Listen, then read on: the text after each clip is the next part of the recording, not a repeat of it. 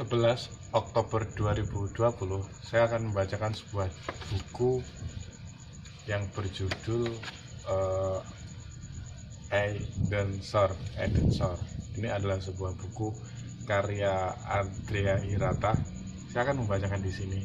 Kenapa saya membacakan buku ini? Karena saya gemar sekali untuk berbicara, berkata-kata. Makanya di kesempatan hari ini saya mau membaca sebuah buku yang berjudul ini. Oke, saya akan membaca ya. Mohon didengarkan.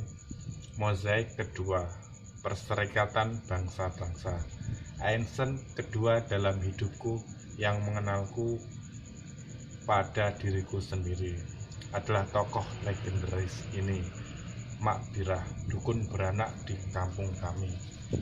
Waktu kau lahir kal, nyalau, tak lain ucapan terakhir yang dipakai oleh orang Melayu jika kehabisan kata-kata untuk melukiskan dahsyatnya angin, gemuruh hujan, dan gempita petir. Tengah malam pula, mengapa alam bergelora menyambutku, tak jelas. Yang pasti hanya satu itu, saat ibuku sewanan ingin anak perempuan. Ibu sudah bosan setiap hari dikerubuti laki-laki, ayahku, dan 4 orang abangku yang cenderung mengacau, tertekan batin, mengurusi makhluk yang secara ilmiah punya ego lebih besar daripada tubuhnya sendiri. Ibu yang berteori bahwa seni mengolah rumah tangga terletak pada anak perempuan, mengaku lambat laun terkorosi. Jiwanya, sebab bujang-bujang di rumah kami hanya bisa diredam dengan menerapkan manajemen mandor kawat. Dulu setelah anak lelaki pada persalinan pertama, ibu tersenyum pahit mendengar Mak Birah meneriakkan bujang. Pada persalinan kedua, ia bersalin lagi. Mak Birah mengikat kata nomor 3, bujang lagi. Persis teriakan panitia penghitung suara. Namun, ibu yang besar dalam penindasan Jepang, sehingga menjadi pribadi yang kuat dan tak sudi kalah. Meski Mak Birah lagi-lagi berseru bujang pada persalinan keempat, ia pantang menyerah sebelum Mak Birah berteriak dayang. Persalinan kelima, Mak Birah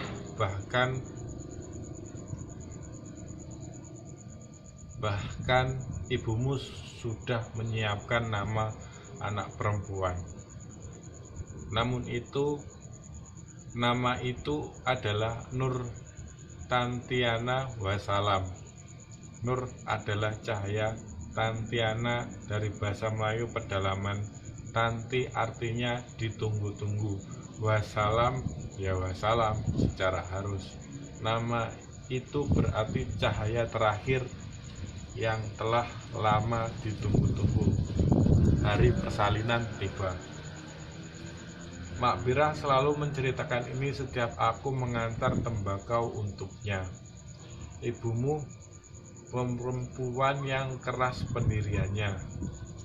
Kau tahu Ikal, tanggal 23 Oktober waktu itu, pukul setengah 12 malam, hujan lebat. Sudah 1 jam ibumu sakit perut, tapi tak sedikit pun ia mengejan. Perempuan tua itu temperamental. Ia meninggikan suaranya.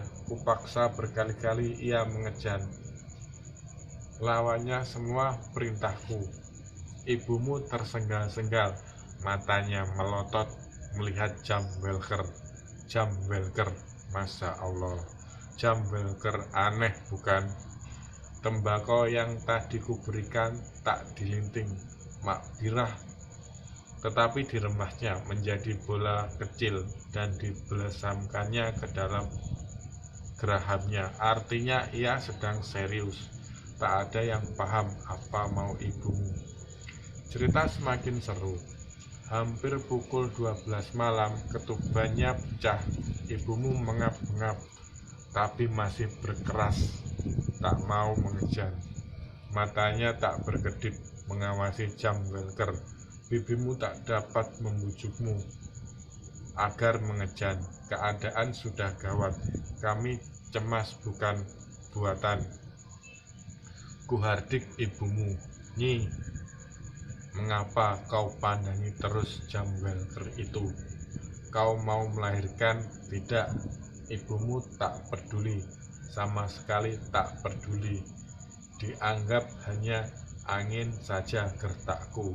Itulah kalau kau mau tahu watak ibumu, keras seperti kawat. Aku marah besar, aku tegang menikmatnya. Ku marahi lagi ibumu. Apa mau Nyi? Keluarkan bayimu sekarang. Ibumu pucat, kehabisan nafas, tapi masih membatu. Air ketuban bersimbah-simbah. Aku panik, habis sudah kesabaranku. Apa kau mau mati, Nyi? Ibumu tersentak, ia menatapku tajam sekali.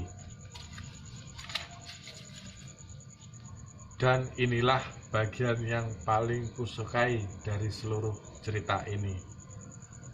Sambil terengah, ibumu membentakku. Kau tengok baik-baik jam welker itu, Rah. Tunggu sampai jarum panjang lewat angka 12. Aku ingin anak ini lahir tanggal 24 Oktober. Tidakkah kau dengar makluman di radio? 24 Oktober adalah hari pendirian Perserikatan Bangsa-Bangsa PBB, hari yang penting. Aku mau anak ini menjadi juru damai seperti PBB. Pukul 12 malam lewat sedikit, bayi itu lahir. Sungsang, kakinya lebih dulu. Baru setelah tubuhnya di alam bebas, lewat paha sedikit, bahkan sebelum matanya melihat dunia demi mengecek propertinya, Makbirah bersorak. Nomor 5, Bujang. Sekian mosaik kedua dari buku Eden Shore. Seperti itulah ceritanya tentang melahirkan sebuah anak yang 12 malam pas hari PBB.